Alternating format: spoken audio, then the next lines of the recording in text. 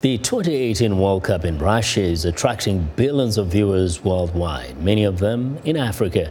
As the best footballers in the world battle it out to be crowned champion, Zaheer Cassim in Johannesburg explores how Africans are putting aside their differences and are backing all the teams from the continent. It is Saturday night at the bar, and South Africans have been treated to a special weekend with exciting rugby and soccer games taking place back to back. For rugby fans, the Springbok rugby jersey is a clear indication of who you support. But for soccer fans, it does not really matter what shirt you wear as long as you are backing an African team. So I'm supporting Nigeria because it's obvious, it's an African country, we need to boost them, Let's go white and green.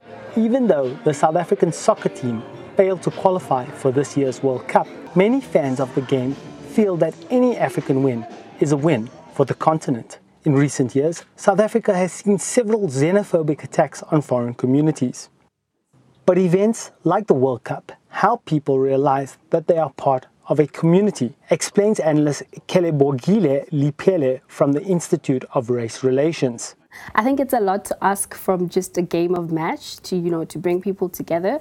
But at the same time, we can look at it in the sense that a sporting event or the game itself requires a team. It requires people to coordinate the event. It requires people to coordinate for team players to communicate. So I would say proper communication from team members would be something that as people, as citizens, we look at, depending on each other, realizing what each person plays, in the team, the role that every member of the citizen plays. Back at the bar, Nigeria struggles to put up much of an attack as they fall short against a talented Croatia team.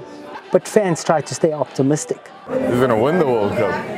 It would be nice if an African team won, but yeah, I'll probably be Belgium though.